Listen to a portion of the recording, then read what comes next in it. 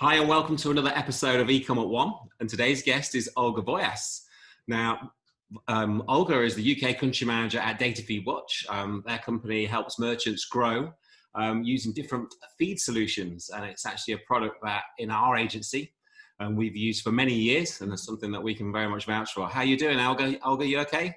I'm fine, very excited that it's the first time that I'm on a podcast. So yeah, cool. I'm excited. Yeah. Brilliant. So obviously I'm also absolutely excited to talk about feeds today. It's a topic that I know, we've exchanged a lot of emails and various things on, and we worked together for a long time, and it's a topic that is really deep rooted in obviously what you do, definitely, and in what we do as an agency. So lots of good stuff, and I'm looking forward to getting into some nitty gritty with you. So before we get into that, I'm keen to understand how you became the country feed manager at DataFeedWatch.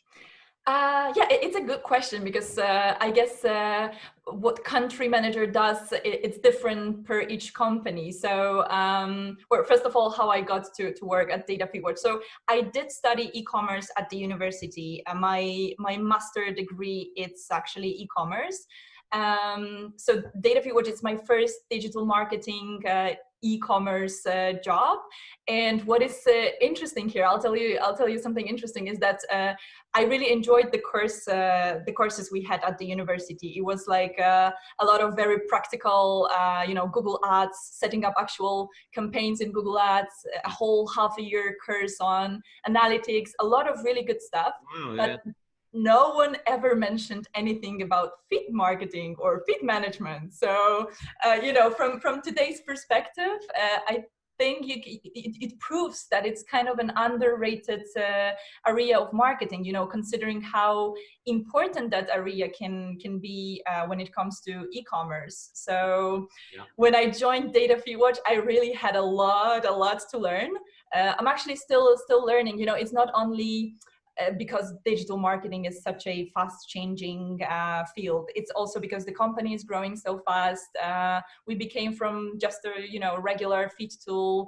We became a full feed marketing solution, for businesses around the world, and it's been great. We've added a lot of services, features, so it's been great to be part of this growth and to be watching the growth. But what do I do to answer the question? So first of all, as you said, I am the country manager for the UK. So I mostly work with our UK-based customers, which is also a challenge for me because I'm not native to the market. But I also work with US-based customers, but mostly it's UK. And what I do, well, first of all, I coordinate the sales and marketing efforts in the UK.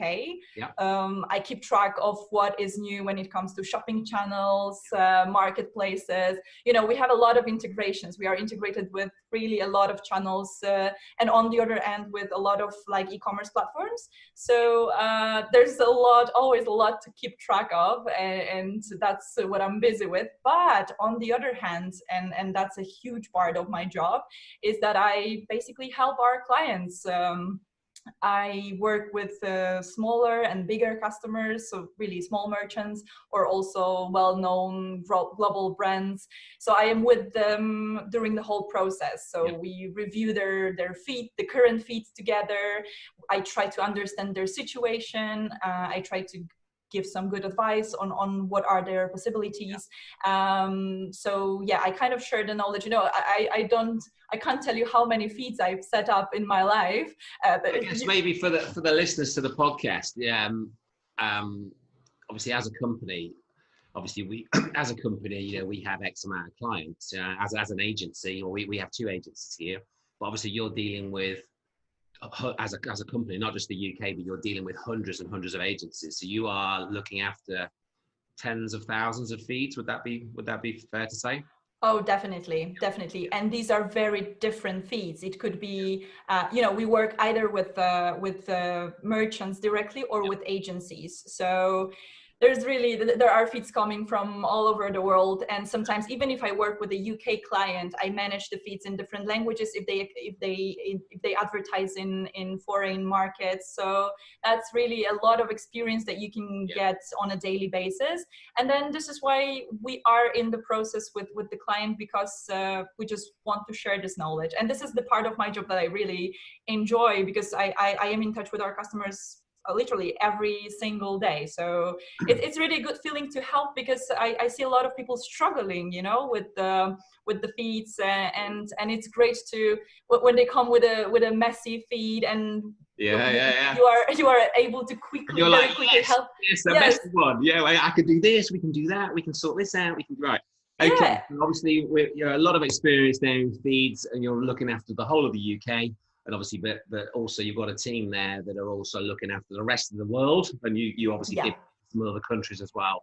But you really take pleasure in the sort of the nitty gritty, getting into the tools and looking at the feeds, you know, and taking them from maybe a 20% or a 2 out of 10 to a 10 out of 10. And I know that's something that your company has helped our company with for many years now. So we're in for a treat. So those guys that are listening to the podcast that are maybe starting with feeds, you've got this sort of element where people have maybe been doing it a while, quite experienced, but I think we've got a lot of smaller merchants on the podcast as well. Where's a good place to start with feeds?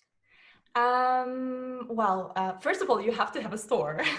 That's important. However, data feeds, they don't only apply to e-commerce. That's something interesting. For example, we have customers that are like hotels. They send feeds, for example, to Facebook hotel ads. Could be also like house rentals or travel agencies. It's not only e-commerce, but of course, we would be mostly focused on e-commerce, because that's the definitely the biggest part of our customer base. So, okay, let's say you have a store and you may want to advertise the products that you sell, right? So it can be, you may want to send it to some shopping channels like Google Shopping or price comparison services, marketplaces. On the other hand, that could be like some retargeting services or even affiliate networks.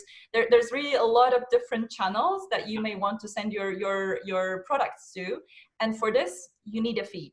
So what is a feed? It's basically all of your product information in a file.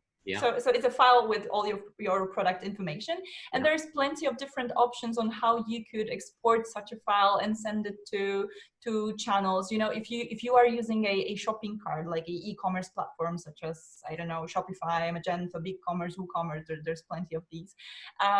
You can use a shopping cart specific plugins, or they are typically like, the downside here is that it's typically a shopping cart one channel connection, but they are cheap, or even sometimes they are for free. So that's one of the ways. There's not that much feed customization available in those plugins, but it's possible to use these.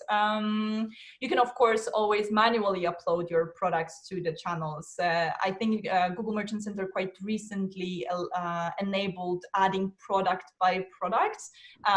This is obviously just for really the smallest merchants, because it can be quite painful if you have more products. You can have your developers export such a file for you. However, let's not forget it costs money. The time of developers costs money. Sometimes it's very time consuming to even for the little changes that you want to apply in the feed, you need to spend a lot of time waiting for that. So I did hear a lot of complaints about that. So there's of course always an option for a feed tool. That will be a solution that kind of is an answer to all of the downsides of the other solutions, but it's of course an investment as well. There's it is an investment, but there's really a lot of very affordable feed tools out there, and they are typically tailored for the size of the merchant. So if you're a smaller merchant and you're just starting, you can easily find some good deals there. I think the key there is obviously you need a store. You've obviously got to have a store. We've got to take a feed out. Now there are obviously some tools out there, and you've got developers. Developers can be expensive. The work has been done via various feed tools very cheaply, in comparison to literally a few pounds or dollars or euros, depending on where you're listening, that are going to pull a better feed or a quicker feed and eliminate all that technical challenge. So we've got the feed, and obviously then that feed we can then push into whether that's I would say Google Shopping, which has always been quite a focus of this podcast, but also into other price comparison sites or marketplaces like Amazon, eBay, etc. So we've got the feed, but obviously you can have, then there's a feed and then there's a feed and then there's a feed, you know, there's like a 10 out of 10, which we always like a 10 out of 10 when it comes to feeds and anything really. So what would you say are the top 3 must-haves in any data feed? This is a very tough question, to be honest. Well, and no matter the solution you choose from the ones that I just mentioned, you have to remember that every channel has different requirements. Yeah. But if I can somehow sum it up, I would always say that you have to be aware of the file format that they require from you and the specific attributes in the feed. So I'm going to skip the file formats and choose some of the attributes that would be important. And as I said, it's a tough question because the requirements are always different, but yeah, because 3 isn't many. Obviously, you've got to have so many, as it won't work. Because obviously, so yeah, I guess maybe should we just adjust the sales slightly and say Google Shopping ads or shopping ads? Yeah, actually, Google Shopping requirements. There's a lot of other channels that share the same requirements with Google. So if you already have a Google Shopping feed, you can do magic with that one feed. And let's say, so you've got a shopping feed. Obviously, you've got it working. So you've got some of the product ID type and some of the things in there that you have to have, as it will not work. So that's like the minimum requirements. What's the next 3? Well, actually, the minimum requirement, I would like to focus on that as well, because the 3 important things in the feed, if you're asking me about that, I would say it's still the required part of the feed that is visible in the ad. So I would say number 1 would be the image. Number 2 would be the title, and then number 3 would be the optional fields that can do magic. So when it comes to the image, so I can give some good advice here. When it comes to image, it's very important. You cannot touch the product, so that's your only way. The image you choose for your listings, it play a really big part in getting shoppers to interact. So please use the right image. If you advertise, for example, well, that depends on your strategy, but if you advertise the variants in Google Shopping, yes, please use the variant image. Don't take the generic image of the parent product. All the variants, yeah.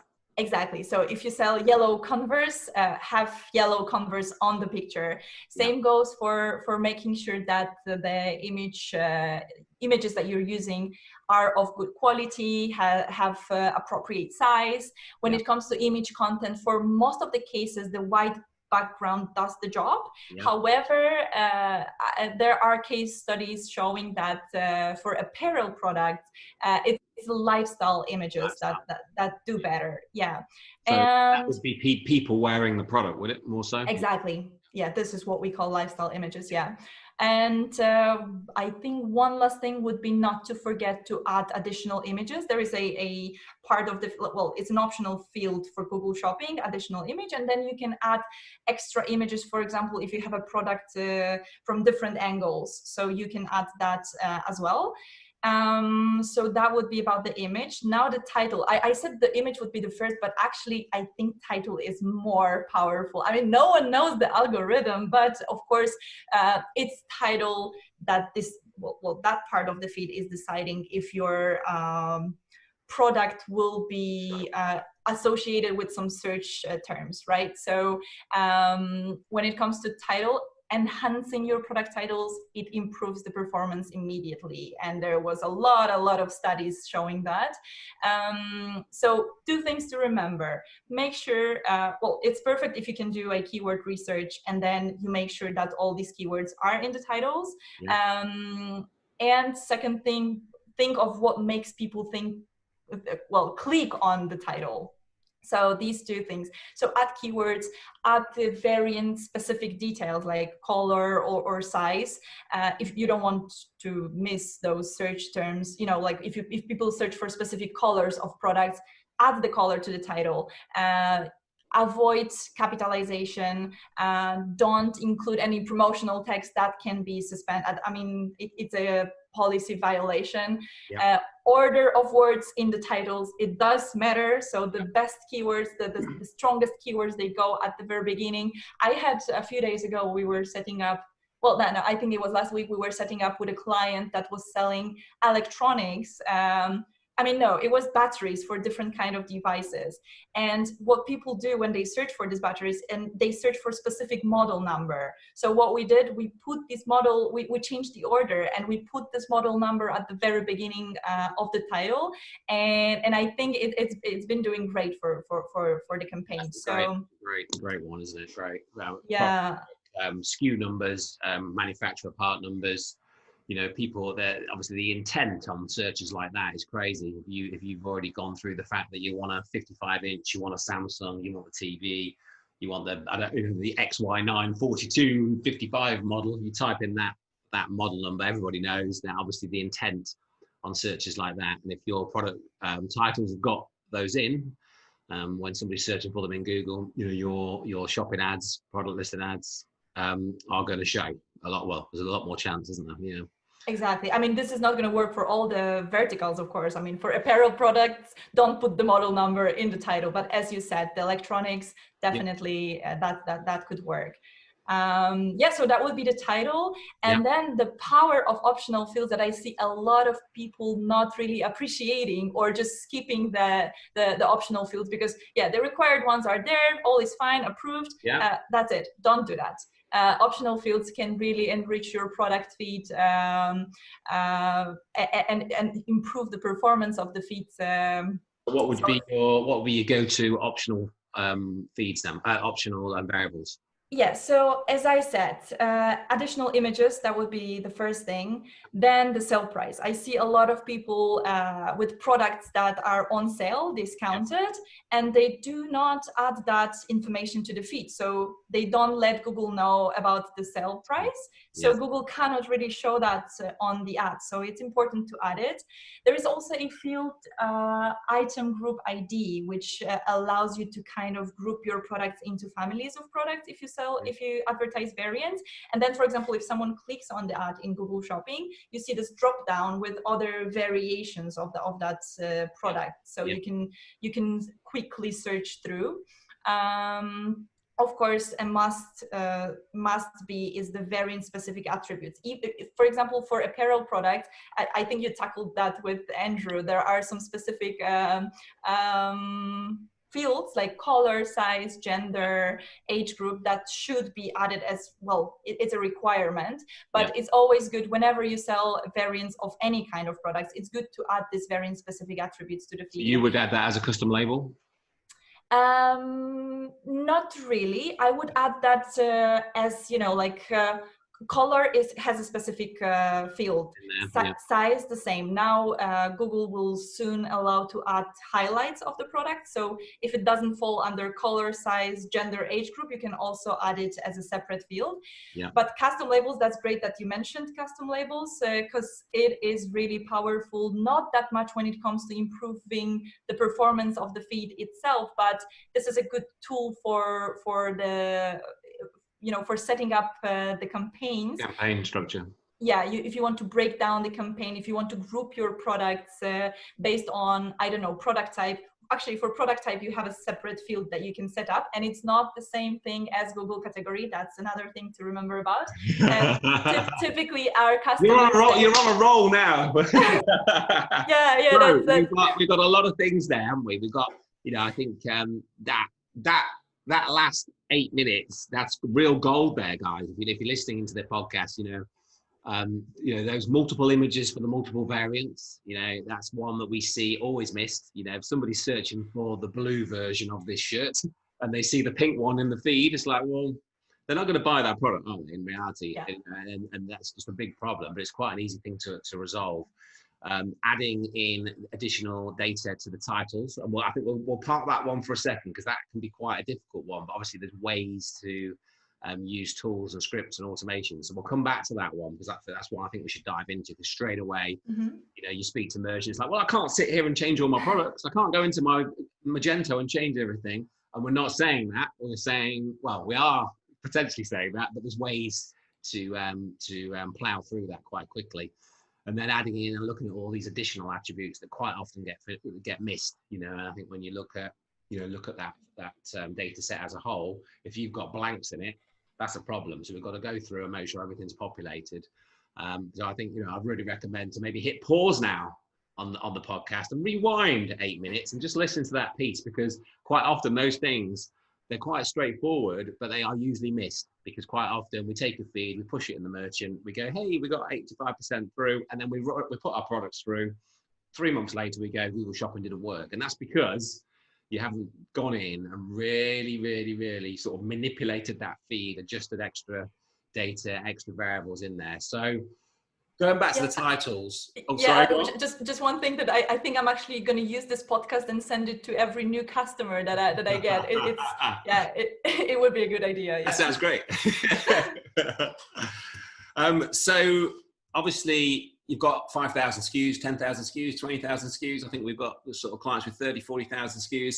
Obviously, to go through and do some of these things manually is very labor intensive. Now, how can somebody automate some of these processes to make things easier?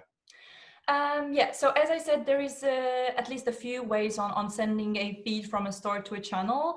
And then it's great if you can do some manipulation, some optimization, let's call it this way, on the way before you send the feed to the channel. So if your store is built on some e-commerce platform like Shopify, Magento, and so on, typically if you use a plugin or a feed tool like ours, the product information will be pulled from the store into that tool via API, and that's great because whatever will be changing, it's going to be right away visible in in such a data tool. If you have your own solution, you're not using any of these technologies like shopping carts, you can always export the feed into a file and connect it with a feed tool. So it's either the API connection or you have a dynamic feed that you connect with the tool. And then you set up how many times a day you want that to update. Or an API is permanently, when anything's changing, it's pushing it. Exactly. It can be like you can be updating it once a day, but if you want to set up more downloads, it's also possible in most of the feed tools. And what is good, because you asked about the automation, what is good is that typically, I mean, I'm saying that from DataFeedWatch perspective, but what we do after you connect such a store and you choose what channel you want to send the feed to, then we kind of create a default setup. So for example, we know that if you have a Shopify store, your description will be behind the body HTML field. So we set up your feed, but like we have some default values for your feed. So at this point, you should be good to go actually. But of course, there will be part of your feed that you will want to optimize following everything that I just said. So you may want to change the titles, you may want to change the images. So we call it actually mapping. So we have the templates for specific channels, and this is how feed tools work typically. So you have a template of each channel, so you don't really need to know the requirements of the channel because it's on our end. We have it in our backend.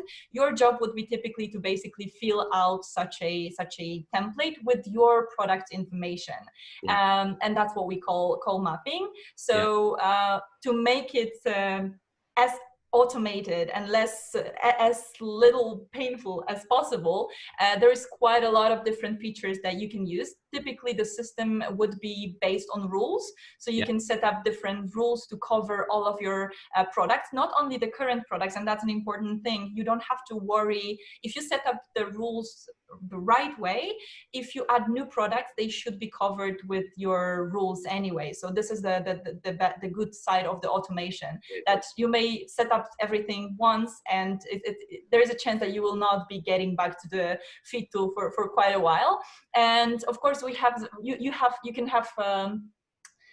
can have it all done with very basic mapping, but also there are some very advanced features, very advanced mapping types that you could use. It could be like extracting relevant information from various attributes. Let's say you need to provide a color, but you don't have that in your store as a separate value. You can use a extract from functionality to extract it from the description, for example, or from the title. So an example could be, going back to my TV example, we've got a, maybe the title at the moment says, very basic. It might say Samsung 55-inch TV black, which is a very bad title. Yeah. Now, obviously, we've got a part number, model number, SKU number, whichever language you use. So we're saying we could map that field, or that, find that in the description and put that in the title just by creating a mapping that once it will then run that through all the TV catalog or category, subcategory, or the whole site. And now all your titles have now got the part number in, or the SKU number. Same with whether that's color, size, brand, adding all that in. Because quite often, we see that exact problem where, let's say, for example, you sell a branded product and you are the brand. You go to that branded website, and they might say, let's say you go to Nike, and I don't think Nike do this wrong, but you go to Nike and it might just say size 12, Pegasus 37, but it doesn't mention Nike because you're on Nike. So then you pull that feed, and that actual product title hasn't got the word of the brand in it, because you think, well, I don't need it, I'm already on the brand. And a lot of brands make that mistake when they then use third-party, or Google Shopping ads, different platforms. They don't have their brands. So they're wondering why, because they think, well, I'm the brand, we don't need to. Well, you don't need to do it on your website, but when you're trying to use feeds on other people's other platforms, you need to add, it's like a simple little thing. And obviously to add that in, the way you're saying, using a tool, your tool, you can just map, brand, push it in. Every product's now got Nike at the beginning, or whatever that may be. Yeah. Yeah, actually, you gave us an excellent example. That happens a lot. It's, like little things. Sometimes the website style is that all the titles would be capital letters. That's something that Google hates. Yeah. So don't send capital letters in your, all capital letters in the title. So, that's something that you can very quickly, with just one click, on the recapitalize feature, you can change that, and that happens quite often that we get this kind of title. So either a missing brand or excessive capitalization, or really, for example, sometimes it's just the model number because the website is built like that. So then you really need to work on this, and this is why there are some basic but also more advanced features. Also, you can do some bulk changes, like if you have some words, let's say that are violating the policy of Google, and there's a lot of them, you can change them in bulk and replace the values with their better equivalents, or maybe better performing keywords. It's actually what I really like about working with a feed tool, is that you can really merge different data files into one file. So for example, let's say you are missing GTIN numbers. That's also something important that I didn't mention when you asked me about important things in the feed. But GTIN, it's not required anymore for Google, but it's really good to have it, the UPIs. So let's say you don't have them in the store, but you have them in some external spreadsheet. You can merge such a spreadsheet with your data feed, your current data feed, and then these GTINs will be added to the feed. So there's really quite a lot of things that you can do. You can also decide if you want to keep your variants, or maybe you want to merge your variants into one product. It's actually, you can do any manipulation. And you know what's the best is that you don't have to be technical. You don't need developers for that.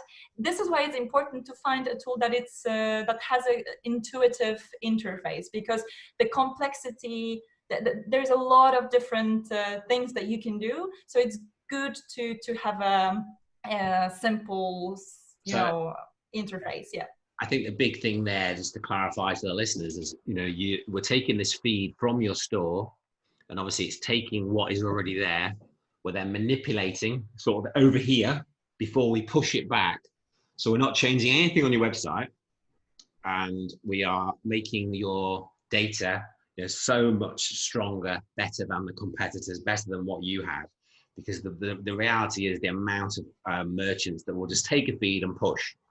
So you can get a real head start. This is where I think a lot of the big advantages is won, yeah, and where you can really get a head start on your competitors, because taking that feed, you know your products as a merchant. You should know your products as a merchant. You know your manufacturers. You know the better selling products, the 80/20 principle, looking at the better categories, better product sets. I'm really manipulating. It sounds like a dirty word, but they're manipulating. Yeah. Manipulating on steroids, you know, really manipulating those top SKUs and making sure that the title specifically and all the data is in there is relatively straightforward. And that's easy for me and Olga to say, but it is with the technologies that are available out there. You know that if you're selling Nike shoes and your product title doesn't say Nike, it probably should.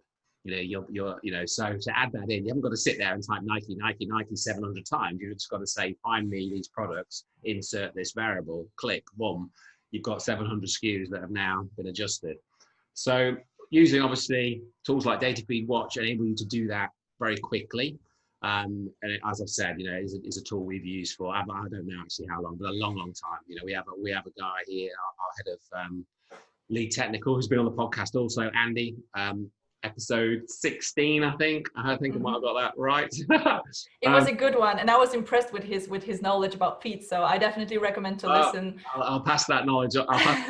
But he lives in your interface, you know, and most of our clients, you know, are in your, you know, technology. So definitely, you know, hand on heart, you know, we don't recommend many products on this podcast. Very few. I think we've recommended 3 maybe in nearly 20 episodes now. So really, you know, I definitely recommend you guys that are listening in, if you're looking for a feed tool, then DataFeedWatch is definitely something that gets our sort of gold stamp, definitely. So obviously you've seen a lot of feeds, you know, we haven't put a number on it, but thousands of feeds in reality, tens of thousands as a company, and you personally are in there every day. What are some of the things that you see, some of the biggest mistakes that people should be looking to avoid?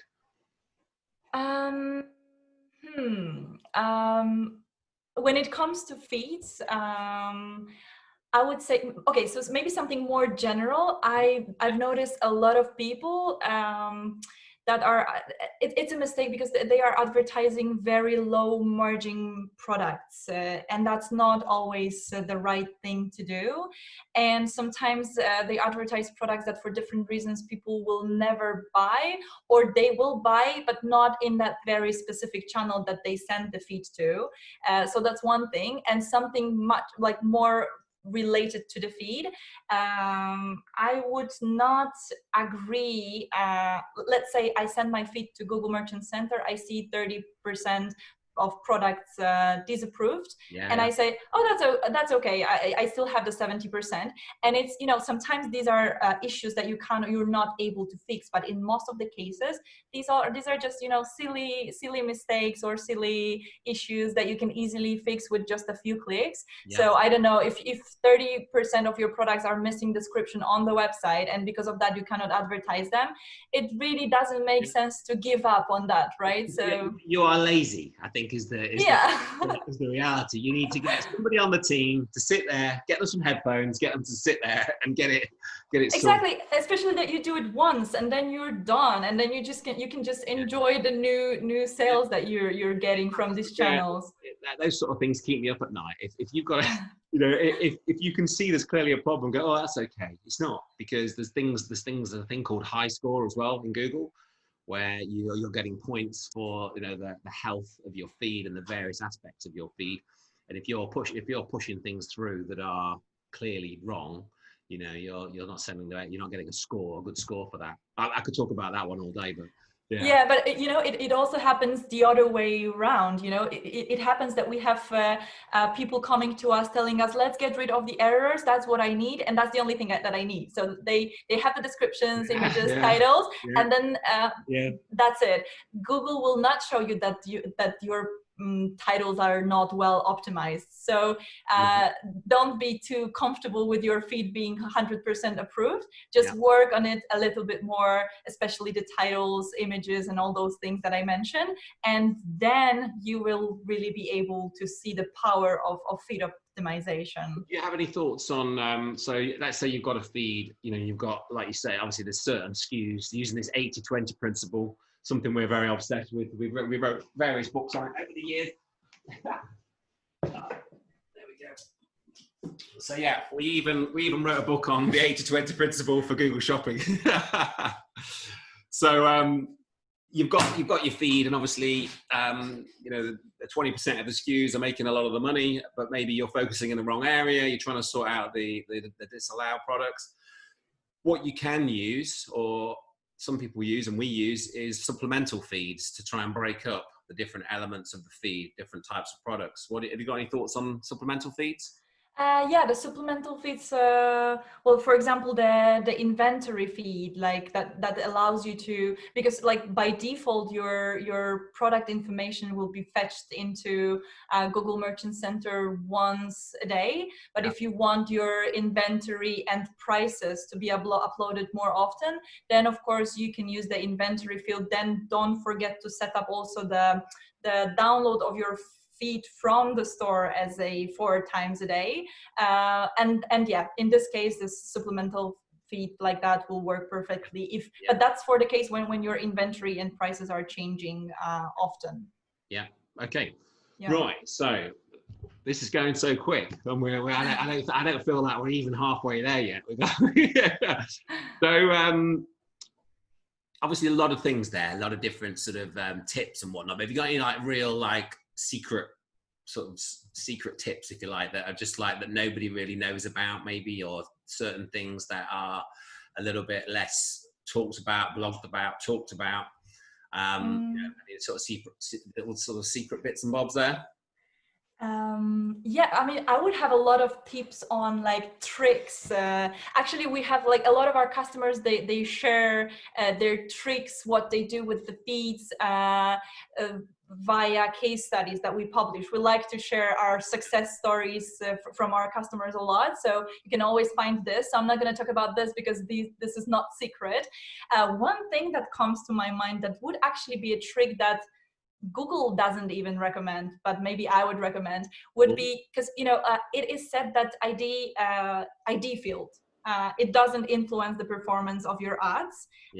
It's only to identify the product, but the product ID is also this one attribute that is somehow connected with the performance history of your product and with the transaction history of your product. So it has a quality score assigned to it. So what Google say is that, for example, if you're exchanging feeds from one to another, you should keep your IDs the same, so that you don't lose the performance data and Google doesn't see it as a different product. But if you had a very, very bad feed at the beginning and then you optimize it really well, you may want to change your IDs to kind of clear the history. Because if you had a quality score that was very low before and you will keep the same IDs, the bad history of your products may be slowing down your growth. So really consider that while exchanging the feeds when you never heard that before. That is a corker. I like that. I'll be having a chat with Andy next week. yeah, that's really something good to consider and to test, actually, because it's not, I'm not going to say that there was a lot of studies on that case. That's my personal idea. So that's really something to test. Think about if you're, you know, like we touched on some supplemental feed. If you're going to take some of your best-selling products and put them in a supplemental feed, and obviously making sure that you keep the IDs the same, so you're passing that quality score across, just so that, which is quite a simple thing to do. And you probably wouldn't change the ID, but you might change the ID. So this, great. Okay, so something else I want to touch on is CSS partners. So in terms of like Google Shopping, you know, CSS is something that sort of came into the limelight probably, I think it's about 3 years now. What are your thoughts on CSS? Is it better to be using a different CSS partner to Google? Well, the answer here is simple. Yes, it is definitely worth it. I mean, I would like to point out first that Google Shopping is a CSS. Yes. So everyone who is who is advertising in Google Shopping is connected to a CSS. Yeah. But if you're asking me if it's beneficial going with a third-party CSS, definitely yes. I don't know if everyone who's listening knows why it is like that, because back in 2017, I think, Google got this huge fine for... It was 3.4 billion, I think, because there's somewhere that it was pretty big. I didn't know it was that big. Wow. Yeah. So that was because they were promoting their own comparison service on the top of search results. Yeah. And as a apology for that, well, they are kind of offering this possibility of a discount. So if you are connected with a third-party CSS, yeah. You can save up to, I think, 20% on the clicks that your ads are receiving. So and there's two ways, because you either save the 20% by lowering the bids, yeah, and keeping the traffic the same volume, traffic volume, or you keep your bids as they were and benefit from increased traffic, basically. Yeah, one thing to mention here is that, of course, the CSSs take a cut of your ad spend. So that's something that you have to measure if the cut they ask for is worth the potential saving you're getting. But from my experience, it is worth. So, and one more thing, it's only available in Europe. So it's not... Yeah, it's a Europe specific fine, a Europe specific thing that Google had to do to sort of, I don't think I'll explain this right, but like, it's almost like making sure that they adhere to the competition rules within Europe. So yeah, a lot of CSS is charged. We work with different CSS partners, and all of our clients get access to a CSS for free, which is quite a sort of a unique service for our agency. But yeah, we've definitely seen that, that 20% that is purported out there. It varies, and like you say, you can keep your bids as they were and save the 20%. Which, if you're spending, simple math, spending 10 grand a month, you just save £2,000 or dollars or euros. But if you keep your bids the same, you're getting, you're in the auction, you're bidding a lot more than you're bidding 20% more than you were. What we've seen is you're getting even more than 20% back. So it's actually sort of stacks. So we've seen some clients that say, if we keep the math simple, you spend 10 grand a month. So you think, oh, I'll save 8. Well, actually, no. You spend 10 grand a month, leave it where it is. You end up spending more because you're getting better ROAS. So you end up spending. We've had clients that you think, oh, we'll get 10, we'll take it to 8. No, they end up spending 14 because they're getting a better ROAS. So they want us that we then put the bids even more, or we're getting better ROAS at the same level. So it's sort of win-win. It does vary quite a lot, industry to industry, and obviously there's a lot of variables in the auction that you can't really, you don't know. It's not just the bid. Obviously, there's other things as well. The quality of your feed in this case, etc. Yeah, I think there's also one important thing to mention here when it comes to CSSs, is that the sooner you join, the better, because it is, I guess, quite safe to forecast that there will be more merchants joining, because why not? Yeah. So if everyone has the advantage of the discount, then no one has it really, right? So it's unbelievable. The few merchants who want to join, they will be at a disadvantage. So yes. Great. Yeah, I mean, we took on a client yesterday, day before, in the gym industry, or gym clothing. Mm-hmm. And we were obviously searching for a lot of the products, and a lot of very well-named brands that are out there, that we all know are not using a CSS still. It's like unbelievable, and they will be spending probably 100 grand a month on or hundreds of thousands a month on ads and not using a CSS. So there's a big opportunity there, definitely, for the more of the the David v Goliath out there sort of thing. You've got more of a chance on Google Shopping than ever, because you can be one of the small handful of people that's using a CSS. Yeah. Okay, so free Google Shopping has been the sort of the clickbait this last few months, when Google announced free Google Shopping listings. Got launched in the US.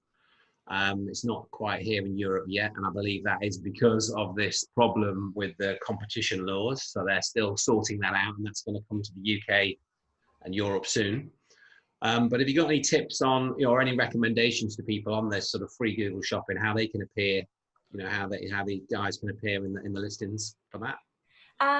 Well, for now, honestly, we don't have any results, since it's a fresh thing. So I cannot tell you how powerful that can be. Well, the main tip I can give you here is that take advantage of that they are giving you this possibility, and make sure. Actually, here the feed optimization gets even more important, because then you really have to, if you're not really paying for the clicks, you really have to make sure that your feed is good quality. So for now, at this point, I would really focus on getting your feed in a good shape, and then let's see what it does for you for free. A good time now to prepare, even if you're not spending money. Prepare, spend the time to learn some of the things we talked about. And get your feed ready in ship shape. So get it down the gym for a few weeks before Google announce in Europe then that you'll get free shopping listings on the tab, and then you'll be in good shape to obviously start getting some of those clicks. Yeah.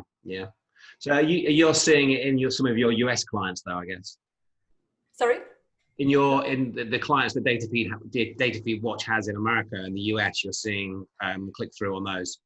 Honestly, I don't have any data, because recently I haven't been working too much with the US customers, but I hope that soon we will be able to share some data. We are quite active on our blog, so I think we are now going through the performance data that we're getting from our clients, and I hope that we will have soon a report on that prepared to understand actually if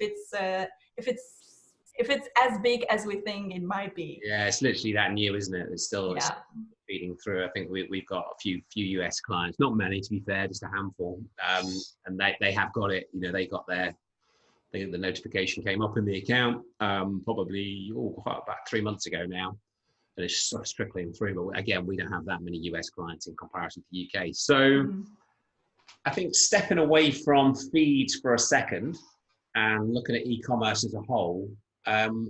What's the sort of the big shifts you've seen in e-commerce in this last sort of year? Any specific things that people should be doing within e-commerce as a whole? Well, of course, the whole COVID situation. Well, people had been shifting from offline to online for years already, but the COVID definitely accelerated this shift, and people buy much more online. However, we saw a lot of it wasn't that fortunate for a lot of verticals, but in general, we can say that e-commerce is growing very fast in the COVID times. And I guess it means that also the customers will be more and more demanding. Let's say they will kind of expect a more enjoyable e-commerce experience, and I think that every e-commerce business should have that in mind. It's very different, many different things, like free shipping or very fast shipping or sorry. Same day shipping. Same day shipping, exactly. 2 days is already too long. So really adjusting to the new challenges, it's really important. What I also noticed, I'm looking through the eyes of our customers. So I've noticed that marketplaces are growing recently as a starting point for product searches. So we have really a lot of customers coming to us because they want to list their products on Amazon. I think the free Google Shopping listings, it's kind of an answer to the marketplaces growing as well. It's kind of a battle between Amazon and Google. So yeah, I would say these two things: adjusting to new challenges, new demanding customers, and also the marketplace. Obviously, a lot more people coming into most markets. I think Shopify are giving away, or they were giving away 6 months free Yes. service, and I guess others are doing deals on things, obviously bringing a lot of new merchants to every industry. So I think, like you say, you've just got to be that bit, you can't just take things for granted. You've got to be keeping a good eye on your industry, making sure that you're adding, like you say, looking at your deliveries, maybe adding click and collect if that's something that's appropriate for your business, making sure that we're utilizing some of the newer things like free shopping or free listings when it comes through. Yeah, it's an interesting time, isn't it? I think obviously a lot of verticals, there's a bit of a mix out there, but a lot of e-commerce verticals, they've surpassed, Black Friday, and so many success stories we're seeing, and I know you're seeing. Not all success, but there's definitely a weight there. I think obviously it's not like a bricks and mortar where there's a lot of challenges. E-com so strong. Some of the things we're seeing, it's ridiculous. I almost dusted off my my sort of e-com. I used to run e-com stores for 10 years before we set up the agency, and I was, when this all kicked in, I'm thinking, I was looking at warehouses and stock, and I think, no, stick with it. It's obviously some insane shifts. 300, 400, 500% we're seeing on a lot of sort of verticals. So that's been an absolute blast of absolute sort of quick fire round. Lots of great takeaways there. I think I suggest anybody that's listening in that's still with us now. From my point of view, I've been involved with literally hundreds and hundreds of feeds, hundreds and hundreds of e-commerce stores, and this episode's got some real gems in it, and some real actionable points that I really suggest that, if you've got this far, go back and listen to the damn thing again, because there's some really good things in here. The transcript will be there with the episodes. So all the things that we've talked about, we'll link off. We'll link off the DataFeedWatch and so forth. So I always like to end every episode with a book recommendation. Do you have a book that you would recommend to our listeners? Yeah, I mean, if you would like me to recommend something strictly e-commerce. No, it can be anything. It doesn't matter. I have, so let's do this. Can I have one, like a private non-business book, and then one e-commerce book? Yeah, is that possible? Perfect. So the e-commerce one would be the Ultimate Guide to E-commerce Growth. It's written by Ian and Mark Hammersley. They are two brothers, 15 years of experience in e-commerce consultancy. So they do have quite a lot to say about the e-commerce growth, that's for sure. And if I can do the private recommendation as well, I am reading, I didn't finish that book yet, but I'm reading maybe this one is quite popular. It's Sapiens, A Brief History of Humankind. Do you know that one? I know it, and other people have mentioned it, but I haven't read it. Yeah. It's really great. If you want to understand the humankind, it's really, I think it's a great book on many different levels to just read it and go through the whole history of humankind. It's really great. So yeah. Okay, so we got two recommendations there. Thank you very much. Thank you, Richard, for having me in the podcast. It was really a pleasure. For everyone who have some issues with their feeds, who are struggling with their feeds, you can find me on LinkedIn, and we can review your feeds if you want to. Just let me know if you need any help. So if the guys want to find you on LinkedIn, just obviously search for your name. Olga Wojas. And then obviously if they want to connect with you directly, it's via DataFeedWatch's website as well. But either way. Yeah, my email is olga.wojas, which might be difficult to spell, but it's at DataFeedWatch.com. You'll find me on DataFeedWatch website. So we'll link it all up in the show notes. So, thank you so much.